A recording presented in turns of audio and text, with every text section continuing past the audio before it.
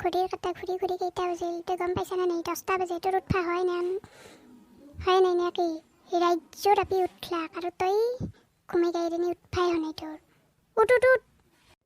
উঠো দে ৰাতিপুৱা হ'ল না নাই তোৰ গালি গালাজ খাই মই আৰম্ভ দিব লাগিল দিনটো পৃথিৱীত কোচ দিলোঁ না নাই তোৰ গালিয়ে খাব লাগে শান্তি নাই আৰু এই ঘৰটোত থাকি মই শান্তি নাপালোঁ তোৰ পৰা ৰাতিপুৱা উঠিও তোৰ গালি খাব লগা হৈছে মই কি তই শান্তি নাপাৰ কথা কয় যি লাগে তাকে দিছোঁ তোক তই কি শান্তি নাপাৰ কথা কয় মোৰ দৰে সাধা মাক পাই তই বাচি যা বেয়া হ'লে হাঁহেত গেলি কি কবি মাই এই কৈছে 10টা বজাত উঠা সেই কৈছে তেথেন কি মই গালি অপা খাব লাগব তোৰ কাৰণে বেটি যা মোক ধুনি কিতাপ চিতাপ আনি কিতাপখনতো দেখাই নাই পইচা পাতি মোৰ এনেই খেদি আছা টিউশ্যনৰ পইচা পাতিবিলাক এনেই খেদি আছা নামত কামত তই একোৱে নাই ৰহাত তলে গৈছা তই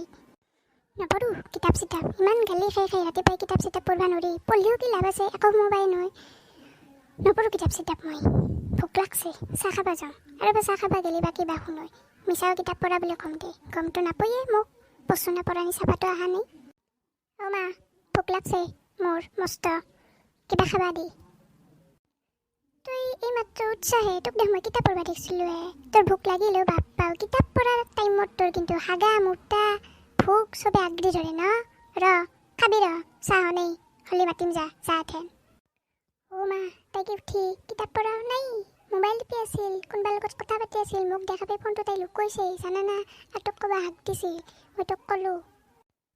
তই এতিয়া কৰি আছা যা তই আজি কিতাপ চিতাপ পঢ়িব নালাগে ঘৰৰ কাম কৰি যা চুলি কচা মেলি ঘৰৰ কাম চাম একো নাই ঘৰৰ কাম কৰ হয় দে বেটি ঘৰৰ কাম নকৰা কিয় ঘৰৰ কাম কৰ যা বেটি নৰো মই ঘৰৰ কাম চাম কৰবা টাকা পইচা ভৰি মই চুলি কচা ষ্টাৰ্ট কৰছোঁ এথেনে খামলি মই চুলি কচা বেংকা লাগব মই নৰো কাম চাম কৰবা তোন কৰি থাকবে কাম নাখাওঁ মই চাহ তাহ তোনে খাই থাক বেটিহঁত নামাতবি মোক